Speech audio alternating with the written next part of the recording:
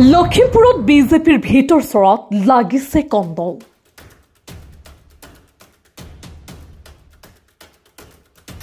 বিজেপিৰ দলীয় কৰ্মীয়ে এতিয়া নিৰ্দলীয় প্ৰাৰ্থীৰূপে থিয় দিব লখিমপুৰত।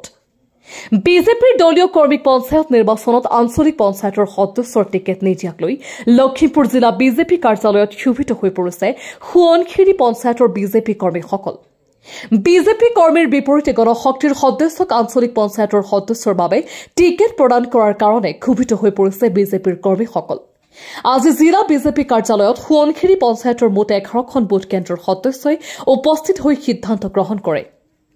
বিজেপিৰ পৰা টিকেট নোপোৱাৰ বাবে বিজেপি কৰ্মীয়ে নিৰ্দলীয় প্ৰাৰ্থীৰূপে থিয় দিব সোৱণশিৰি পঞ্চায়তৰ পৰা। News desk report, Assam time 8। নমস্কাৰ, আমি ভাৰতীয় জনতা পাৰ্টিৰ নেতৃত্বত আমি কাৰ্যকৰ্তা হয়।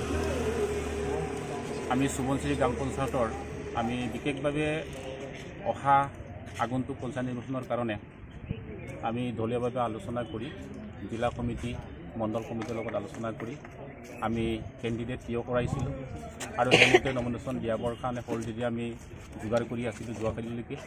কিন্তু অতিকৈ দুৰ্ভাগ্যজনক কথা যে যোৱাকালি আমি গম পালোঁ যে আমাৰ পাৰ্টীগৰাকী নিজৰ দলীয় চিম্বলত খেলাৰ কোনো সুবিধা নাপালে।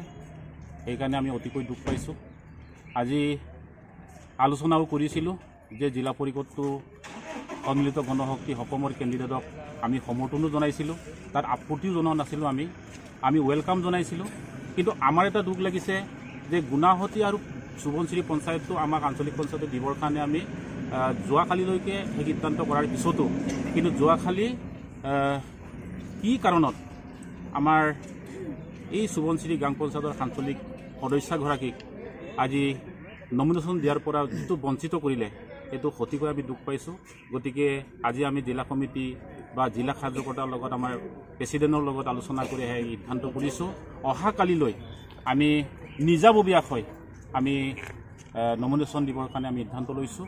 গতিকে আপোনালোকৰ জৰিয়তে সেই বিষয়টো যাতে জানিব লাগে, সকলোৱে সেই বিষয়টো যাতে অৱগত হ'ব লাগে বুলি আশা কৰি এতিয়া আমাৰ যিটো কৰণীয় কাম আমি নিৰ্দলীয়ভাৱে যিখিনি আমি কৰণীয় কাম এইখিনি কৰাৰ পিছত আমি ৰিজাল্টৰ পিছত সেইবিলাক সিদ্ধান্ত ল'ম। বিজেপি কৰ্মী হৈ আপোনালোকে নিৰ্দলীয় খেলিব? বিজেপি কৰ্মী হয়। আমি কোনো দল ত্যাগ নকৰোঁ। আমি বিজেপি তেজক লৈ পেলাই আজি আমাৰ টেষ্ট এটা বিজেপি টেষ্ট। গতিকে বিজেপিক লৈ পেলাই আমি নিৰ্দলীয় হ'লেও আমি খেলিম আৰু 100% আমি সোৱণশিৰি গাঁও পঞ্চায়তৰ 10টা ৱাৰ্ড আমি জিকাই আনিম আৰু আঞ্চলিক পঞ্চায়তৰ যিটো সদস্য ইয়াক আমি 100% বুথত আমি জিকাই আনি আমি সেইখিনি ল'বৰ কাৰণে আমি আজি সকলোৱে সংকল্পবদ্ধ হৈছোঁ। কেণ্ডিডেটৰ নাম কি আছিলে? আমাৰ নিৰ্জলা দলে পেগু মই ওলাই আহিছিলোঁ। আমি বহুত হাকা কৰি আমি বহুত কষ্টৰ মাজত আমি ইমান আমাৰ সোৱণশিৰি পঞ্চায়তটো ইমান মজবুত কৰি আমি ৰাখিছিলোঁ।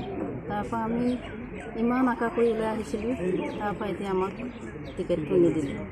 টিকেটটো নিদিয়াৰ কাৰণে আমাৰ বহুত গোটাই বহুত কষ্ট পাইছে, আমাৰ মহিলাও বহুত কষ্ট পাইছে। এইটো কাৰণে যদি আমাক বিজেপি দলৰ পৰা আমাক টিকেট নিদিয়ে আমি এতিয়া যত্ন কৰি আছোঁ আমি নিৰ্দলীয়ভাৱে খেলিম বুলি। বিজেপিক ভোট এবাৰ বিজেপিক ভোট নিদিয়ে আপোনালোকে? আমি বিজেপি দলৰ পৰা আমি খেলিম। সেইটো কাৰণে আমাৰ আমিতো বিজেপি দলৰ পৰা আমাক টিকেট নিদিয়াৰ কাৰণে আমি ইমান দুখিত হোৱাৰ কাৰণে আমি নিৰ্দলীয় দলৰ পৰা এতিয়া ওলাই আহিছোঁ।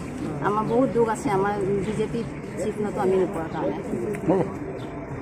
আমাক বিজেপি দলৰ পৰা আমাক এইটো কৰাৰ বাবে আমি বহুত দুখিত। আমি বহুত দুখ পাইছোঁ। আমাৰ মহিলাসকলে ইমান উলহ মালহেৰে উৰাই আহিছিলে। আমি এইটোৰ কাৰণে আজি বহুত আমি দুখ পাইছোঁ। আমাৰ প্ৰতীকটো আনক দিয়াৰ বাবে আমি বহুত লজ্জিত হৈছোঁ। আজি বিজেপি থাকিও আমি নিৰ্দলীয়ত খেলিবলগীয়া হৈছে।